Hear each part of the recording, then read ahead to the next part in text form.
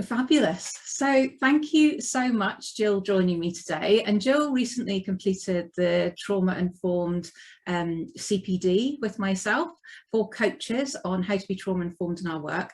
And she very, very graciously has kindly offered to give a bit of a video feedback about the training, how she found it, why did she go on it, and yeah, the outcomes from it. So thank you so much, Gill, for joining me today and giving me that feedback. I am so grateful. So I'll hand over to you to start with. Just tell us a bit about your background and what you've been doing professionally up until now.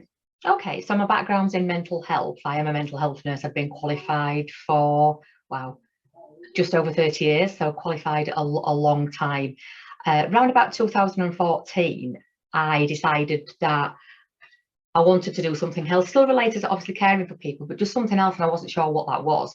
So to help me decide, I did some agency shifts for a good while, just kind of, you know, stepped away from a permanent position, did some agency shifts, really thought about what I wanted to do, and kind of realised that I wanted to do something, I guess, therapy-wise, but still wasn't sure what that was. So I looked at counselling, CBT, DBT, etc. And obviously, because I've been not using that in my work as a mental health nurse, but open to it, I knew that I didn't want to do that. But again, I wasn't sure what I did want to do, because I suppose I just didn't know what I didn't know. I didn't know what was out there. So I kept looking and came across NLP, neuro-linguistic programming, did some research and thought, right, yeah, that sounds like it. Because what I realised that I wanted to do was work with people that might have had trauma in the past, yeah, but had dealt with that trauma, but were now at a stage where they were thinking, what's next? Yeah. You know, I've dealt with that. The anxiety's gone, the depression's gone, anything else, etc., suicidal thoughts, etc., that's gone. I've dealt with all that, but what's next? Mm-hmm. So that's kind of what I do now. So I coach people, men and women, sometimes children, that have been through the trauma, but they've dealt with that, and then kind of I'm the next step, so to speak. Okay, so as you're a coach predominantly now, are you? Yes, I'm a coach predominantly. Yes, I've been coaching since 2018. Yeah, and what modalities do you use?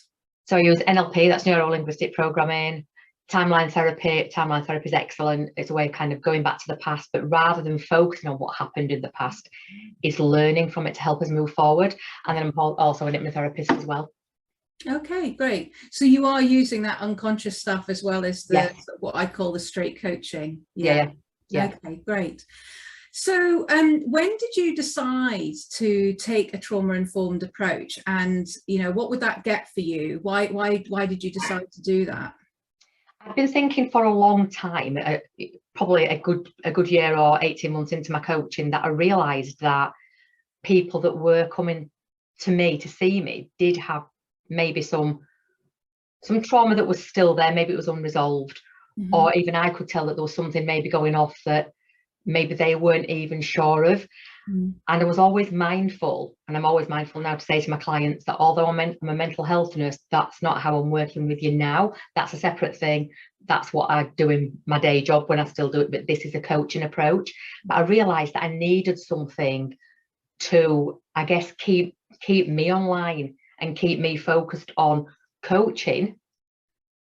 And because I think there was some times when I felt I was struggling a little bit with a client and thinking, well, I remember doing this at work, but realising actually, no, I'm not working as a mental health nurse now, I'm working as a coach. I need to stick to what I know as a coach, otherwise I'm going to get mixed up.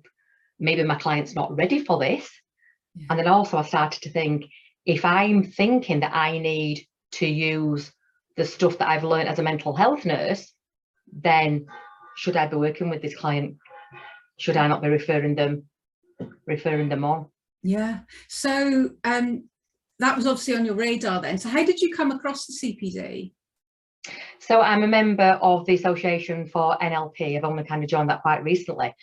And I was just kind of looking through the workshops and saw yours, the trauma-informed approach. It's like, yes, that's what I need. Kind of read what it was about. Yeah. That just looked like what it is that I actually needed. So help you get that clarity around scope of practice, boundaries when you're working, and understanding what the coaching framework looks like versus working with mental health, because that's something that we delved into in the CPD, wasn't it, around, you know, where is that line, and it will look slightly different for different people depending on what modalities they're using and what knowledge base they have, but it just having that real clarity about where the coaching focus is. And the other thing is that actually, and my personal belief is that coaching does actually have a part to play in that healing journey, as you've just spoken to there. And that's not to say everyone that comes on the CPD, that's the sort of clients they're working with, but it can really help us when we're working with people, if there is a mental health thing or a past trauma thing coming in, of having that clarity of the scope of practice and the boundary. So that's great. Yeah. So did you feel that was achieved during the training for the CPD for you? Most definitely.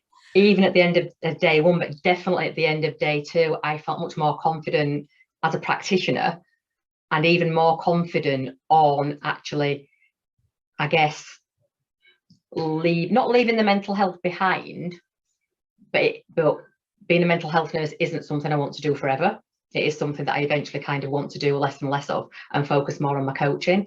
And it gave me the confidence of actually, yes, I can do this. I can leave that behind. I don't still need to do that. But also when I'm working with my clients and I can maybe sense, or they tell me that there's some trauma, I know now that I can work with it in my scope of practice as a coach without thinking, crikey, what? Because there was times I was thinking, what am I doing? What do I do here? Do I carry on working with this client? Do I send them somewhere else? Am I overstepping the mark as a coach? Because I've got a mental health background, so I'm now overstepping the mark as a coach. And now it's kind of right. I know what I'm doing. I know where I'm going. I know now when to signpost to other services and when I can help that person. Yeah, and that's something on day two we looked at as well, wasn't it, around how could you coach, what things could you bring in here that would actually help someone. So yeah, wonderful.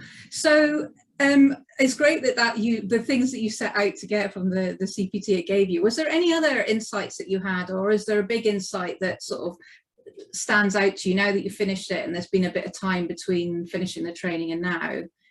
I think what I particularly enjoyed, and I was actually looking at the handouts this morning, the things that you sent us, the handouts and the links that you sent us, and I really enjoyed learning more about the polyvagal theory.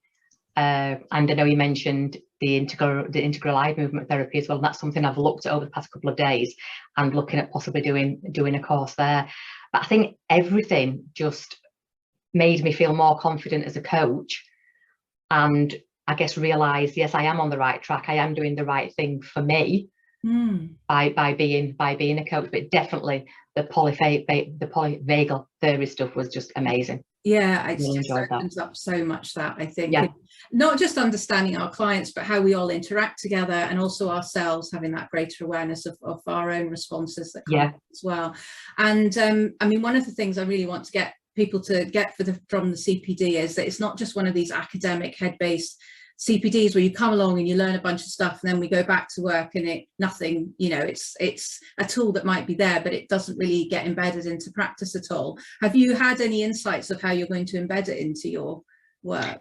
Yes, I've really thought about it, and at the moment I run an 8-week program, and I've gone back and looked at my program and thought, where can I fetch this in if I need to? Because obviously, you know, there'll be times I won't need to fetch it in depending who I'm working with.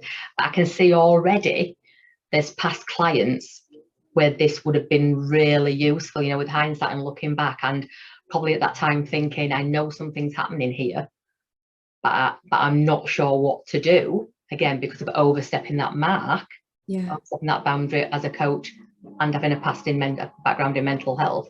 Whereas now it's, I know now that would have been really useful at that point. Oh, that's great to hear. Wonderful. So if anyone's watching this and wondering they're a coach, you know, is this for me? Who would you say this is for, coach-wise, and how will they benefit from it? I would think potentially as a coach, all coaches would benefit from it, because even I've realised that people can come to us for all sorts of things, you know, with people that are unhappy at work, unhappy in relationships, feel stuck in whatever. And 9 times out of 10, in fact, probably more than 9 times out of 10, when the conversation starts, there's been something that's happened in the past, no matter how small or how big, that's been traumatic or problematic for them. Yeah. Potentially bullied at work, been in an abusive relationship. It might have been something, you know, what we would say as even smaller than that, but it's something that's affected them. Mm-hmm. And I think when I speak to coaches now, with kind of other coaches kind of in the network and just friends that are coaches as well, there always seems to be something in the background that is keeping someone stuck or holding them back from doing what it is they really want to do. So definitely, I would say anybody that's a coach, definitely do the workshop, because it even if you think it's not going to help you straight away, yeah, there will be clients that you will recognize that this will work with.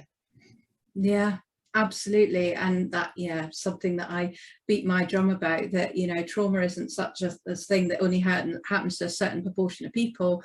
We all have stuff in our pasts on different levels, and it's more about how is it impacting you today, rather than was there anything. And it's a very human condition, and it's just where are we on that continuum, and how much did we experience that might still be showing up in certain contexts today, and being able to spot it in session, or even have that, you know, just that awareness that that might be what's going on, and how to work with that, how to keep the client safe, but also to say those tools on board of how could we navigate that and support our client better to move forward, and notice the links from the past that might be showing up, and if this is familiar to them, particularly if there's that really strong response, emotional response, that actually what do we do with that as a coach? So that's fantastic. Thank you so much, Gill. And is there anything else you'd like to add before I wrap up then?